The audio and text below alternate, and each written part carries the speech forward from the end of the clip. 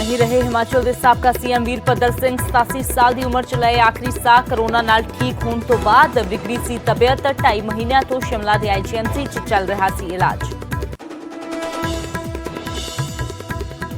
Modi cabinet च विस्तार तो बाद हुई विभागां दी वंड। हर्षवर्धन की थां मनसुख मंडाविया संभालणगे सेहत महकमा। तां धर्मेंद्र प्रधान नूं सिक्ख्या विभाग की जिम्मेवारी।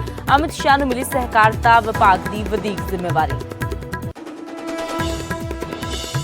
मोदी की नवी टीम च अनुराग ठाकुर का वधिया कद। सूचना प्रसारण ते खेड विभाग की मिली जिम्मेवारी। हरदीप पुरी का भी होया प्रमोशन। संभालणगे पेट्रोलियम मंत्राला। कैबिनेट के विस्तार तो बाद पीएम मोदी ने किया ट्वीट। कहा जनता दी उम्मीदां नूं पूरा करन दा काम रहेगा जारी। सौं चुकण वाले साथियों नूं भी दित्ती वधाई।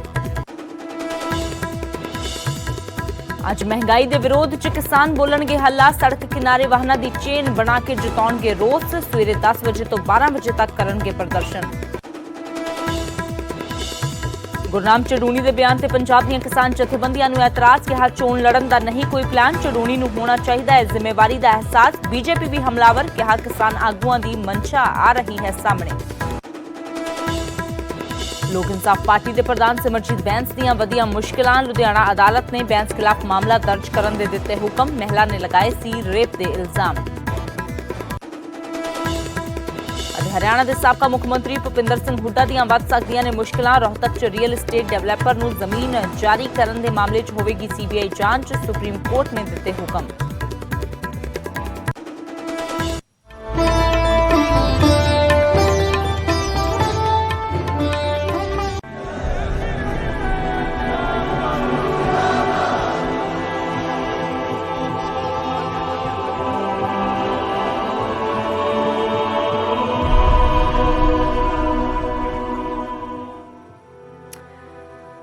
लगातार नजर बनी हुई है हिमाचल के 6 बार मुख्यमंत्री रहे वीरभद्र सिंह के देहांत की खबर आने के नाल ही हर पासे सोग की लहर दौड़ गई है। कांग्रेस के लिए एक बड़ा झटका है। हिमाचल वासियों के लिए अज का दिन बेहद दुखद है क्योंकि अज सवेरे 3:40 से खबर सामने आई कि वीरभद्र सिंह ने अपने आखिरी साल लए ने। 87 साल की उम्र के वीरभद्र सिंह का देहांत होया है। सियासत के एक लंबी पारी खेडण वाले वीरभद्र सिंह का शिमला के आईजीएमसी के करीब 2.5 महीनों तो इलाज चल रहा सी क्योंकि कोरोना के नाल बेहद सेहत उन्हां दी बिगड़ गई सी। बेशक कोरोना नूं मात दे दित्ती सी पर उस तो बाद सेहत बिगड़ती रही तो 2 दिन पहला ही उन्हां नूं वेंटीलेटर ते शिफ्ट किया गया ते उस तो बाद लगातार डॉक्टरों की टीम उन्हां नूं बचाउण दे विच लगी हुई सी पर तमाम कोशिशां कीतियां गईयां पर अफसोस कि इस फानी संसार नूं अलविदा कह गए ने वीरभद्र सिंह। तां हिमाचल दे राजा कहे जाने वाले वीरभद्र सिंह दा जो मृतक देह है वो आईजीएमसी तो उन्हां दे घर ले जाई जा चुकी है। उत्थे हुण अंतिम दर्शन करवाए जाणगे। अंतिम दर्शनां तो बाद उन्हां दी अंतिम रस्मां जो ने वो निभाईयां जाणगियां। तां सियासी करियर उन्हां ਤੁਹਾਨੂੰ ਅਸੀਂ ਤਸਵੀਰਾਂ ਦੇ ਵਿੱਚ ਗ੍ਰਾਫਿਕਸ ਦੇ ਜ਼ਰੀਏ ਦੱਸ ਰਹੇ ਹਾਂ ਕਿ ਉਹਨਾਂ ਦਾ ਸਿਆਸੀ ਤਜਰਬਾ ਇੱਕ ਵੱਡਾ ਤਜਰਬਾ ਸੀ। ਲੰਬਾ ਚੌੜਾ ਤਜਰਬਾ ਸੀ। ਸਿਰਫ ਦਿਲ ਦੇ ਰਾਜਾ ਨਹੀਂ ਬਲਕਿ ਸਿਆਸਤ ਦੇ ਵੀ ਰਾਜਾ ਸੀ। ਇਸ ਲਈ ਰਾਜਾ ਸਾਹਿਬ ਉਹਨਾਂ ਨੂੰ ਕਿਹਾ ਜਾਂਦਾ ਸੀ। ਅਲਵਿਦਾ ਰਾਜਾ ਸਾਹਿਬ ਅੱਜ ਹਰ ਕੋਈ ਕਹਿ ਰਿਹਾ ਹੈ। ਤਾਂ ਵੀਰਭੱਦਰ ਸਿੰਘ 9 ਵਾਰ ਵਿਧਾਇਕ ਰਹੇ, 5 ਵਾਰ सांसद ਬਣੇ, 6 ਵਾਰ ਹਿਮਾਚਲ ਦੇ ਮੁੱਖ ਮੰਤਰੀ ਬਣੇ। 1983 ਚ ਪਹਿਲੀ ਵਾਰ ਹਿਮਾਚਲ ਦੇ ਮੁੱਖ ਮੰਤਰੀ ਬਣੇ ਵੀਰਭੱਦਰ ਸਿੰਘ ਤੇ ਉਸ ਤੋਂ ਬਾਅਦ ਇਹ ਸਿਲਸਿਲਾ ਲਗਾਤਾਰ ਚੱਲਦਾ ਰਿਹਾ।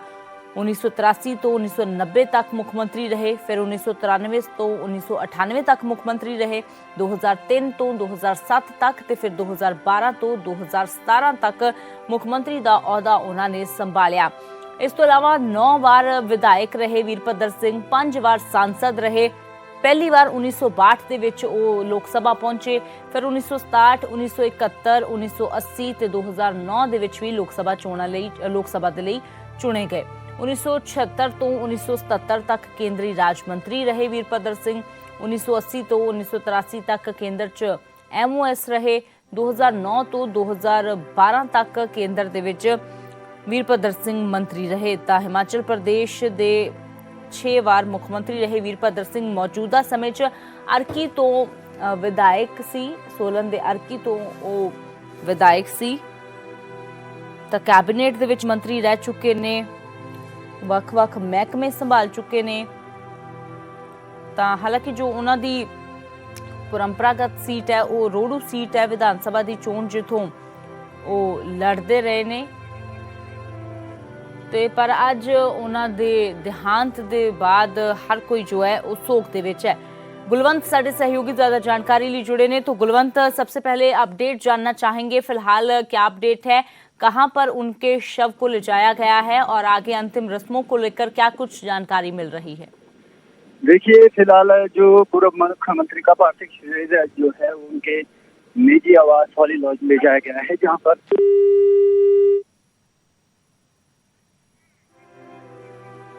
ਤਾਂ ਉਹਨਾਂ ਦੇ ਘਰ ਦੇ ਵਿੱਚ ਉਹਨਾਂ ਦੀ ਜੋ ਮ੍ਰਿਤਕ ਦੇਹ ਹੈ ਉਹ ਇਸ ਵੇਲੇ ਲਿਜਾਈ ਗਈ ਹੈ, ਜਿੱਥੇ ਉਹਨਾਂ ਦੀ ਮ੍ਰਿਤਕ ਦੇਹ ਰੱਖੀ ਜਾਵੇਗੀ ਅੰਤਿਮ ਦਰਸ਼ਨਾਂ ਦੇ ਲਈ, ਕਿਉਂਕਿ ਵੱਡੀ ਗਿਣਤੀ ਦੇ ਵਿੱਚ ਉਹਨਾਂ ਦੇ ਸਮਰਥਕ ਨੇ, ਉਹਨਾਂ ਦੇ ਚਾਹਣ ਵਾਲੇ ਨੇ, ਉਹਨਾਂ ਦੇ ਪਾਰਟੀ ਦੇ ਵਰਕਰ ਨੇ, ਇੱਥੋਂ ਤੱਕ ਕਿ ਵਿਰੋਧੀ ਪਾਰਟੀਆਂ ਦੇ ਲੀਡਰ ਵੀ ਜੋ ਨੇ ਉਹ ਪਹੁੰਚਣਗੇ ਉਹਨਾਂ ਦੇ ਅੰਤਿਮ ਦਰਸ਼ਨਾਂ ਦੇ ਲਈ। ਤੇ ਇਸ ਲਈ ਉਹਨਾਂ ਦੀ ਮ੍ਰਿਤਕ ਦੇਹ ਜੋ ਪਹਿਲਾਂ ਉਹਨਾਂ ਦੇ ਘਰ ਦੇ ਵਿੱਚ ਰੱਖੀ ਜਾਵੇਗੀ ਤੇ ਉਸ ਤੋਂ ਬਾਅਦ ਅੱਗੇ ਜੋ ਰਾਮਪੁਰਾ ਦੇ ਵਿੱਚ ਜਾ ਕੇ ਉਹਨਾਂ ਦੀ ਅੰਤਿਮ ਰਸਮਾਂ ਕੀਤੀਆਂ ਜਾਣਗੀਆਂ। पूरे राजसी सन्मानां दे नाल जो है वो राजसी सन्मानां दे नाल उन्हां नूं विदाई दित्ती जावेगी। तां हर कोई इस वेले जो भावुक नज़र आ रहा है। न्यूज़ 18 ते लगातार असी वख-वख सियासतदानां दे नाल संपर्क कीता है तां मुख्यमंत्री जयराम ठाकुर तो लैके जो आशा कुमारी ने, इस तो इलावा GS बाली ने, मुकेश अग्निहोत्री ने, या तमाम जिन्हें भी विरोधी पार्टियां दे नेता या कांग्रेस दे नेता, हर कोई अज नम अखां दे नाल श्रद्धांजलि जो दे रहे ने। तां न्यूज़ 18 दे वल्लों मुख्यमंत्री जयराम ठाकुर दे नाल गलबात कीती गई तां अपना तजर्बा उन्हां ने सांझा कीता वीरभद्र सिंह दे नाल ते उन्हां दे देहांत ते की कुछ कहा, तुहानूं सुणा दिंदे हां। निश्चित रूप से वीरभद्र सिंह जी बहुत लंबे समय तक इस प्रदेश की राजनीति में रहे, देश की राजनीति में भी थे। उनका एक बहुत बड़ा कद राजनीतिक इसमें क्षेत्र में रहा है और उस तरह से हिमाचल प्रदेश में सबसे लंबे समय तक मुख्यमंत्री और सबसे ज्यादा बार मुख्यमंत्री के नाते उन्होंने अपना काम किया है और प्रदेश को आगे बढ़ाने में एक बहुत बड़ा योगदान रहा है उस दृष्टि से जी। और आज उनके दुखद निधन की खबर सबके लिए ये चिंता का विषय है। मैं व्यक्तिगत रूप से भी उनका सम्मान करता था पहले से जी। और पिछले 24 सालों से जब से मैं चुनावी राजनीति में हूँ, विधानसभा के अंदर कई बार हमने उनके बहुत सारे ऐसे ये दौर देखे जिनका उन्हें बहुत मजबूती के सामने जी। लेकिन जिंदा दिल इंसान थे, सबसे बड़ी बात यह है कि और सारी परिस्थितियों का मजबूती के साथ सामना करते थे। कांग्रेस पार्टी में एक तरह के मैं कह सकता हूँ कांग्रेस पार्टी की स्थिति तो राजा साहब ही पार्टी थी अपने आप में जी। तो लेकिन हिमाचल प्रदेश में बहुत लंबे समय तक काम करने के कारण जो है उनकी एक पहचान जो है वो अलग तरह के नेतृत्व है हिमाचल।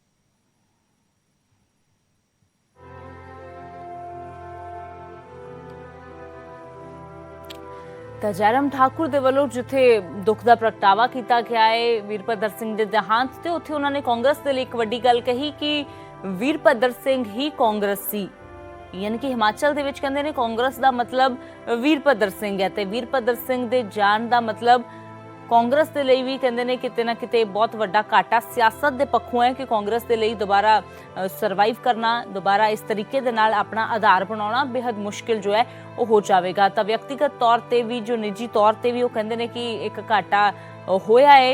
अपना पुराना समा उन्होंने याद करदियां जिक्र किया है कि मैनू जिन्ना समा सियासत दे विच आया होया है उहदे विच बहुत लंबा समा, बहुत साल उन्हां दे नाल काम करन दा मौका मिलिया है। उन्हां दी जो दिख है, उन्हां दा जो काम करन दा तरीका है, उस तो अज भी कहंदे मैं बहुत कुछ सिक्ख्या है। तो उस दे विचों एक अहम जो चीज़ है कि संतुलन बना के रखना बेहद जरूरी है सियासत दे विच।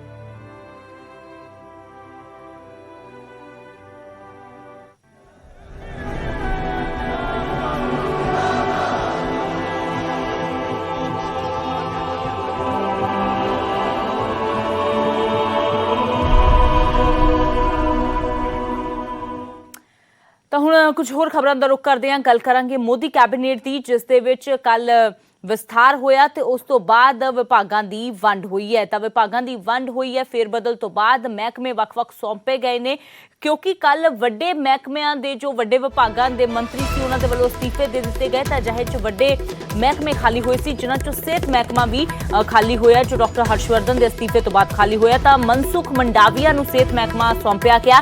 ਅਸ਼ਵਨੀ ਵੈਸ਼ਨਵ ਰੇਲ ਮੰਤਰੀ ਬਣੇ ਨੇ। ਧਰਮੇਂਦਰ ਪ੍ਰਧਾਨ ਨੂੰ ਸਿੱਖਿਆ ਮੰਤਰਾਲਾ ਸੌਂਪਿਆ ਗਿਆ ਹੈ। ਅਨੁਰਾਗ ਠਾਕੁਰ ਤੇ ਹਰਦੀਪ ਪੁਰੀ ਨੂੰ ਪ੍ਰਮੋਸ਼ਨ ਦਿੰਦਿਆਂ ਵੱਡੀ ਜ਼ਿੰਮੇਵਾਰੀ ਦਿੱਤੀ ਗਈ ਹੈ। ਅਨੁਰਾਗ ਠਾਕੁਰ ਨੂੰ ਸੂਚਨਾ ਪ੍ਰਸਾਰਣ ਤੇ ਖੇਡ ਮੰਤਰਾਲਾ, ਜਦਕਿ ਹਰਦੀਪ ਪੁਰੀ ਸ਼ਹਿਰੀ ਵਿਕਾਸ ਦੇ ਨਾਲ ਪੈਟਰੋਲੀਅਮ ਮੰਤਰਾਲਾ ਵੀ ਸੰਭਾਲਣਗੇ, ਕਿਉਂਕਿ ਪੈਟਰੋਲੀਅਮ ਮੰਤਰਾਲਾ ਹੁਣ ਹਰਦੀਪ ਪੁਰੀ ਸੰਭਾਲਣਗੇ, ਕਿਉਂਕਿ ਧਰਮੇਂਦਰ ਪ੍ਰਧਾਨ ਨੂੰ ਸਿੱਖਿਆ ਮੰਤਰਾਲਾ ਸੌਂਪ ਦਿੱਤਾ ਗਿਆ ਹੈ। ਇਸ ਤੋਂ ਇਲਾਵਾ ਹੁਣੀ ਬੀਜੇਪੀ 'ਚ ਸ਼ਾਮਿਲ ਹੋਏ ਜੋਤਿਰਾਦਿੱਤਿਆ ਸਿੰਧੀਆ ਨੂੰ ਏਵੀਏਸ਼ਨ ਮਿਨਿਸਟਰੀ ਦਿੱਤੀ ਗਈ ਹੈ। ਸਮ੍ਰਿਤੀ ਇਰਾਨੀ ਦਾ ਕੱਦ ਵੀ ਵਧਿਆ ਹੈ, ਜਿਨ੍ਹਾਂ ਨੂੰ ਮਹਿਲਾ ਤੇ ਬਾਲ ਵਿਕਾਸ ਮੰਤਰਾਲਾ ਦੇ ਦਿੱਤਾ ਗਿਆ ਹੈ। ਇਸ ਤੋਂ ਇਲਾਵਾ ਗ੍ਰਹਿ ਮੰਤਰੀ ਅਮਿਤ ਸ਼ਾਹ ਦੇ ਕੋਲ ਮਿਨਿਸਟਰੀ ਆਫ ਕੋਆਪਰੇਸ਼ਨ ਦਾ ਵਧੀਕ ਕਾਰਜਭਾਰ ਵੀ ਜੋ ਹੈ ਉਹ ਦੇ ਦਿੱਤਾ ਗਿਆ ਹੈ। ਤਾਂ ਕੱਲ ਫੇਰ ਬਦਲ ਹੋਇਆ ਤੇ ਉਸ ਤੋਂ ਬਾਅਦ ਮਹਿਕਮੇ ਵੰਡੇ ਗਏ। ਪੰਕਜ ਕਪਾਹੀ ਸਾਡੇ ਸਹਿਯੋਗੀ ਜੁੜੇ ਨੇ, ਕਿਉਂਕਿ ਪੰਕਜ ਕੱਲ ਹਾਲਾਂਕਿ ਵਿਸਥਾਰ ਹੋਣਾ ਸੀ, ਮਹਿਕਮੇ ਤਾਂ ਵੰਡੇ ਜਾਣੇ ਸੀ, ਪਰ ਉਸ ਤੋਂ ਪਹਿਲਾਂ ਹੀ ਜੋ ਇੱਕ ਤੋਂ ਬਾਅਦ ਇੱਕ ਧਮਾਕੇ ਹੋਏ ਨੇ, ਸਿਹਤ ਮੰਤਰਾਲੇ ਤੋਂ ਲੈ ਕੇ ਸਿੱਖਿਆ ਮੰਤਰਾਲਾ, ਜੋ ਵੱਡੇ ਵਿਭਾਗ ਖਾਲੀ ਹੋਏ ਨੇ, ਤਾਂ ਇਸ ਲਈ ਇਹ ਸੀ ਕਿ ਵੱਡੀਆਂ ਜ਼ਿੰਮੇਵਾਰੀਆਂ ਕਿਹਨਾਂ ਨੂੰ ਮਿਲਦੀਆਂ ਨੇ, ਤਾਂ ਉਹ ਵੱਡੀਆਂ ਜ਼ਿੰਮੇਵਾਰੀਆਂ ਸੌਂਪ ਦਿੱਤੀਆਂ ਗਈਆਂ ਨੇ ਇਸ ਫੇਰ ਬਦਲ 'ਚ। ਦੇਖੋ, ਸ਼ਾਇਦ ਕਿਸੇ ਨੇ ਉਮੀਦ ਨਹੀਂ ਕੀਤੀ ਸੀਗੀ ਕਿ ਪ੍ਰਕਾਸ਼ ਜਾਵੜੇਕਰ ਜਾਂ ਫਿਰ ਕਾਨੂੰਨ ਮੰਤਰੀ ਰਵੀ ਸ਼ੰਕਰ ਪ੍ਰਸਾਦ, ਇਹਨਾਂ ਦੀ ਛੁੱਟੀ ਹੋ ਜਾਏਗੀ। ਇਹਨਾਂ ਨੂੰ ਜਿਹੜਾ ਵੈ ਕੈਬਨਿਟ ਤੋਂ ਬਾਹਰ ਦਾ ਰਸਤਾ ਦਿਖਾਣਾ ਪਏਗਾ, ਕਿਉਂਕਿ ਇਹ ਸਭ ਤੋਂ ਖਾਸ ਸੀਗੇ। ਲੇਕਿਨ ਨਰਿੰਦਰ ਮੋਦੀ ਸਮੀਖਿਆ ਕਰਦੇ ਨੇ, ਸਮੀਖਿਆ ਕਰਕੇ ਜਿਨ੍ਹਾਂ ਦੀ ਪਰਫਾਰਮੈਂਸ ਬੈਟਰ ਹੁੰਦੀ ਹੈ ਉਹਨਾਂ ਨੂੰ ਫਾਇਦਾ ਵੀ ਹੁੰਦਾ ਵਾ, ਔਰ ਜਿਨ੍ਹਾਂ ਦੀ ਪਰਫਾਰਮੈਂਸ ਖਰਾਬ ਹੁੰਦੀ ਉਹਨਾਂ ਦਾ ਨੁਕਸਾਨ ਵੀ ਹੁੰਦਾ ਵਾ। ਔਰ ਹੁਣ ਸਭ ਤੋਂ ਜਿਹੜੇ ਲੋਕ ਜਾਣਨਾ ਜਾਣਗੇ ਧਰਮੇਂਦਰ ਪ੍ਰਧਾਨ, ਇਹਨਾਂ ਨੂੰ ਸਿੱਖਿਆ ਮੰਤਰੀ ਜਿਹੜਾ ਵਾ ਉਹ ਅਹੁਦਾ ਦਿੱਤਾ ਗਿਆ, ਯਾਨੀ ਕਿ ਹੁਣ ਸਿੱਖਿਆ ਮੰਤਰੀ ਜਿਹੜੇ ਨੇ ਧਰਮੇਂਦਰ ਪ੍ਰਧਾਨ ਨਜ਼ਰ ਆਉਣਗੇ। ਅੰਮ੍ਰਿਤਸਰ ਤੋਂ ਇਲੈਕਸ਼ਨ ਲੜੇ ਸੀ ਹਰਦੀਪ ਸਿੰਘ ਪੁਰੀ, ਹਾਲਾਂਕਿ ਹਾਰ ਗਏ ਸੀਗੇ ਤੇ ਰਾਜ ਸਭਾ ਗਏ। ਉਹਨਾਂ ਦੀ ਪ੍ਰਮੋਸ਼ਨ ਹੋਈ ਹੈ। ਉਹ ਪਹਿਲਾਂ MOS ਸੀਗੇ, ਲੇਕਿਨ ਸੁਤੰਤਰ ਵਿਭਾਗ ਸੀਗਾ, ਲੇਕਿਨ ਹੁਣ ਕੈਬਨਿਟ ਦੇ ਵਿੱਚ ਉਹਨਾਂ ਦੀ ਥਾਂ ਪੱਕੀ ਹੋਈ ਹੈ। ਔਰ ਉਹਨਾਂ ਦੇ 2 ਮਹਿਕਮੇ ਉਹਨਾਂ ਨੂੰ ਦਿੱਤੇ ਗਏ ਆ। ਉਹਨਾਂ ਨੂੰ ਇੱਕ ਤਾਂ ਅਰਬਨ ਡਿਵੈਲਪਮੈਂਟ ਦਿੱਤਾ ਗਿਆ, ਦੂਸਰਾ ਪੈਟਰੋਲੀਅਮ ਮਹਿਕਮਾ। ਪੈਟਰੋਲ ਨੂੰ ਲੈ ਕੇ ਕੀ ਕੁਝ ਕਰਦੇ ਨੇ ਕਾਫੀ ਅਹਿਮ ਰਹੇਗਾ, ਕਿਉਂਕਿ ਪਿਛਲੇ 3-4 ਮਹੀਨਿਆਂ 'ਚ ਅਸੀਂ ਦੇਖਿਆ ਕਿ ਪੈਟਰੋਲ ਨੇ ਸੈਂਕੜਾ ਮਾਰ ਲਿਆ, ਯਾਨੀ ਕਿ ਸ਼ਤਕ ਪੂਰਾ ਕਰ ਲਿਆ ਵਾ। ਤਾਂ ਕੀ ਪੈਟਰੋਲ ਤੇ ਰੋਕ ਲਗਾ ਪਾਉਣਗੇ? ਔਰ ਅਨੁਰਾਗ ਠਾਕੁਰ ਜੋ MOS ਸੀਗੇ, ਵਿੱਤ ਰਾਜ ਮੰਤਰੀ ਸੀਗੇ, ਉਹਨਾਂ ਦੀ ਪ੍ਰਮੋਸ਼ਨ ਹੋਈ ਹੈ। ਔਰ ਕਿਉਂਕਿ ਉਹ ਕ੍ਰਿਕਟ ਦੇ ਇੱਕ ਬਹੁਤ ਹੀ ਜ਼ਿਆਦਾ ਕ੍ਰਿਕਟ ਨੂੰ ਨੇੜੋਂ ਦੇਖਦੇ ਰਹੇ ਨੇ, BCCI ਦੇ ਪ੍ਰੈਜ਼ੀਡੈਂਟ ਰਹੇ ਨੇ, ਉਹਨਾਂ ਨੂੰ ਸਪੋਰਟਸ ਮਹਿਕਮਾ ਅਤੇ MIB ਜਿਹੜਾ ਵੈ ਉਹ ਲਗਾਇਆ ਗਿਆ ਵੈ। ਤਾਂ ਉਹਨਾਂ ਦੀ ਵੀ ਪ੍ਰਮੋਸ਼ਨ ਜਿਹੜੀ ਆ ਉਹ ਹੁੰਦੀ ਹੋਈ ਨਜ਼ਰ ਆਈ ਹੈ। ਬਿਲਕੁਲ, ਤਾਂ ਵੱਡੇ ਮਹਿਕਮੇ ਸੀ ਪੰਕਜ ਜਿਨ੍ਹਾਂ ਦੇ ਉੱਪਰ ਨਜ਼ਰ ਟਿਕੀ ਹੋਈ ਸੀ, ਜਿਵੇਂ ਰਵੀ ਸ਼ੰਕਰ ਪ੍ਰਸਾਦ ਦੀ ਗੱਲ ਜਦੋਂ ਅਸੀਂ ਕਰਦੇ ਹਾਂ, ਕਾਨੂੰਨ ਮੰਤਰਾਲਾ ਇੱਕ ਅਹਿਮ ਮੰਤਰਾਲਾ ਜੋ ਇਸ ਵੇਲੇ ਹੁਣ ਪਿਊਸ਼ ਗੋਇਲ ਨੂੰ ਮਾਫ ਕਰਨਾ ਕਿਰਨ ਰਿਜਿਜੂ ਨੂੰ ਦੇ ਦਿੱਤਾ ਗਿਆ ਹੈ। ਇਸ ਦੇ ਨਾਲ ਹੀ ਹਰਦੀਪ ਪੁਰੀ ਨੂੰ ਅਸੀਂ ਜ਼ਿਕਰ ਜਦੋਂ ਕਰਦੇ ਹਾਂ, ਕਿਉਂਕਿ ਇੱਕੋ ਇੱਕ ਸਿੱਖ ਚਿਹਰਾ ਨੇ, ਪੰਜਾਬ ਨੂੰ ਕਿਤੇ ਨਾ ਕਿਤੇ ਰਿਪਰੈਜ਼ੈਂਟ ਕਰਦੇ ਨੇ, ਤਾਂ ਉਹਨਾਂ ਨੂੰ ਬੜਾ ਚੈਲੰਜਿੰਗ ਮਹਿਕਮਾ ਦੇ ਦਿੱਤਾ ਗਿਆ ਹੈ, ਕਿਉਂਕਿ ਇਸ ਵੇਲੇ ਸਭ ਤੋਂ ਵੱਧ ਘਮਸਾਨ ਪੈਟਰੋਲ ਦੀਆਂ ਵਧੀਆਂ ਹੋਈਆਂ ਕੀਮਤਾਂ ਨੂੰ ਲੈ ਕੇ ਮਚਿਆ ਹੈ। ਤਾਂ ਅਜਿਹੇ 'ਚ ਕਿਸ ਤਰੀਕੇ ਦੀ ਪਰਫਾਰਮੈਂਸ ਰਹਿੰਦੀ ਹੈ ਹਰਦੀਪ ਪੁਰੀ ਦੀ, ਇਹ ਦੇਖਣਾ ਕਾਫੀ ਅਹਿਮ ਹੋਵੇਗਾ। ਸ਼ੁਕਰੀਆ ਪੰਕਜ ਇਸ ਤਮਾਮ ਜਾਣਕਾਰੀ ਦੇ ਲਈ। ਤਾਂ ਮੋਦੀ ਕੈਬਨਿਟ ਦੇ ਵਿੱਚ ਕੱਲ ਵਿਸਥਾਰ ਹੋਇਆ ਹੈ, ਤਾਂ ਇਸ ਦੇ ਨਾਲ ਹੀ ਵਿਭਾਗਾਂ ਦੇ ਵਿੱਚ ਫੇਰ ਬਦਲ ਵੀ ਹੋਇਆ ਹੈ। ਤਾਂ ਕਿਉਂਕਿ ਪ੍ਰਕਾਸ਼ ਜਾਵੜੇਕਰ ਤੋਂ ਲੈ ਕੇ ਜੋ ਰਵੀ ਸ਼ੰਕਰ ਪ੍ਰਸਾਦ ਕਾਨੂੰਨ ਮੰਤਰੀ, ਉਹਨਾਂ ਦੇ ਵੱਲੋਂ ਅਸਤੀਫਾ ਦੇ ਦਿੱਤਾ ਗਿਆ। ਹੋਰ ਕਈ ਵੱਡੇ ਦਿੱਗਜ ਚਿਹਰੇ ਸੀ ਜਿਨ੍ਹਾਂ ਦੇ ਵੱਲੋਂ ਅਸਤੀਫਾ ਦੇ ਦਿੱਤਾ ਗਿਆ। ਤਾਂ ਕਈ ਵੱਡੇ ਮਹਿਕਮੇ ਜੋ ਖਾਲੀ ਹੋਏ ਸੀ, ਉੱਥੇ ਹੁਣ ਨਵੇਂ ਚਿਹਰੇ ਜੋ ਨੇ ਉਹਨਾਂ ਨੂੰ ਕਮਾਨ ਸੌਂਪ ਦਿੱਤੀ ਗਈ ਹੈ, ਜਿਨ੍ਹਾਂ 'ਚੋਂ ਸਿਹਤ ਮਹਿਕਮਾ ਡਾਕਟਰ ਹਰਸ਼ਵਰਧਨ ਨੇ ਛੱਡਿਆ ਤਾਂ ਮਨਸੁਖ ਮੰਡਾਵੀਆ ਨੂੰ ਸੌਂਪ ਦਿੱਤਾ ਗਿਆ। ਰੇਲ ਅਤੇ IT ਮੰਤਰਾਲਾ ਅਸ਼ਵਨੀ ਵੈਸ਼ਨਵ ਨੂੰ, ਧਰਮੇਂਦਰ ਪ੍ਰਧਾਨ ਨੂੰ ਸਿੱਖਿਆ ਮੰਤਰਾਲਾ ਸੌਂਪ ਦਿੱਤਾ ਗਿਆ, ਕਿਉਂਕਿ ਜੋ ਰਮੇਸ਼ ਪੋਖਰਿਆਲ ਨੇ ਉਹਨਾਂ ਨੇ ਵੀ ਅਸਤੀਫਾ ਦੇ ਦਿੱਤਾ। ਤਾਂ ਰਮੇਸ਼ ਪੋਖਰਿਆਲ ਦੀ ਜ਼ਿੰਮੇਵਾਰੀ ਧਰਮੇਂਦਰ ਪ੍ਰਧਾਨ ਨੂੰ ਮਿਲੀ ਹੈ। ਅਨੁਰਾਗ ਠਾਕੁਰ ਤੇ ਹਰਦੀਪ ਪੁਰੀ ਨੂੰ ਵੱਡੀ ਜ਼ਿੰਮੇਵਾਰੀ ਮਿਲੀ ਹੈ। ਇਸ ਤੋਂ ਇਲਾਵਾ ਅਨੁਰਾਗ ਠਾਕੁਰ ਦੀ ਪ੍ਰਮੋਸ਼ਨ ਹੋਈ ਹੈ, ਉਹਨਾਂ ਨੂੰ ਸੂਚਨਾ ਪ੍ਰਸਾਰਣ ਤੇ ਖੇਡ ਮੰਤਰਾਲਾ ਦਿੱਤਾ ਗਿਆ ਹੈ। ਹਰਦੀਪ ਪੁਰੀ ਅਤੇ ਸ਼ਹਿਰੀ ਵਿਕਾਸ ਦੇ ਨਾਲ ਪੈਟਰੋਲੀਅਮ ਮੰਤਰਾਲਾ ਵੀ ਸੰਭਾਲਣਗੇ, ਕਿਉਂਕਿ ਪੈਟਰੋਲ ਦਾ ਮੰਤਰਾਲਾ ਧਰਮੇਂਦਰ ਪ੍ਰਧਾਨ ਦੇ ਕੋਲ ਸੀ ਪਹਿਲਾਂ, ਤੇ ਇਸ ਲਈ ਕਾਫੀ ਚੈਲੰਜਿੰਗ ਮਹਿਕਮਾ ਦਿੱਤਾ ਗਿਆ ਹੈ ਹੁਣ ਹਰਦੀਪ ਪੁਰੀ ਨੂੰ। ਅਨੁਰਾਗ ਠਾਕੁਰ ਨੂੰ ਸੂਚਨਾ ਪ੍ਰਸਾਰਣ ਤੇ ਖੇਡ ਮੰਤਰਾਲਾ ਦੇ ਦਿੱਤਾ ਗਿਆ ਹੈ। ਪ੍ਰਮੋਸ਼ਨ ਉਹਨਾਂ ਦੀ ਹੋਈ ਹੈ। ਇਸ ਤੋਂ ਪਹਿਲਾਂ ਐਮਓਐਸ ਸੀ ਅਨੁਰਾਗ ਠਾਕੁਰ, ਕੇਂਦਰੀ ਵਿੱਤ ਰਾਜ ਮੰਤਰੀ ਸੀ ਅਨੁਰਾਗ ਠਾਕੁਰ, ਜਿਹੜੇ ਹੁਣ ਸੂਚਨਾ ਪ੍ਰਸਾਰਣ ਤੇ ਖੇਡ ਮੰਤਰਾਲਾ ਸੌਂਪ ਦਿੱਤਾ ਗਿਆ ਹੈ। ਚੈਲੰਜਿੰਗ ਮਹਿਕਮਾ ਪੈਟਰੋਲੀਅਮ ਮੰਤਰਾਲਾ ਤੇ ਸ਼ਹਿਰੀ ਵਿਕਾਸ ਹਰਦੀਪ ਪੁਰੀ ਨੂੰ ਦਿੱਤਾ ਗਿਆ ਹੈ। ਕੈਬਨਿਟ ਦੇ ਵਿੱਚ ਇੱਕੋ ਇੱਕ ਸਿੱਖ ਫੇਸ ਹੈ ਤੇ ਉਸ ਸਿੱਖ ਫੇਸ ਨੂੰ ਜੋ ਹੈ ਉਹ ਪੈਟਰੋਲ ਦਾ ਮਹਿਕਮਾ ਦਿੱਤਾ ਗਿਆ ਹੈ, ਕਿਉਂਕਿ ਪੈਟਰੋਲ ਡੀਜ਼ਲ ਦੀਆਂ ਕੀਮਤਾਂ ਲਗਾਤਾਰ ਤੇਜ਼ੀ ਨਾਲ ਵਧ ਰਹੀਆਂ ਨੇ। ਸਰਕਾਰ ਨਿਸ਼ਾਨੇ ਤੇ ਹੈ, ਲੋਕ ਪ੍ਰਦਰਸ਼ਨ ਕਰ ਰਹੇ ਨੇ, ਸਿਆਸਤਦਾਨ ਵਿਰੋਧ ਕਰ ਰਹੇ ਨੇ। ਤਾਂ ਅਜਿਹੇ 'ਚ ਹਰਦੀਪ ਪੁਰੀ ਹੁਣ ਇਹ ਨਵੇਂ ਮਹਿਕਮੇ ਦੀ ਜ਼ਿੰਮੇਵਾਰੀ ਸੰਭਾਲਣ ਤੋਂ ਬਾਅਦ ਕਿਸ ਤਰੀਕੇ ਦੇ ਨਾਲ ਕੰਮ ਕਰਦੇ ਨੇ, ਇਹ ਦੇਖਣਾ ਕਾਫੀ ਅਹਿਮ ਹੋਵੇਗਾ।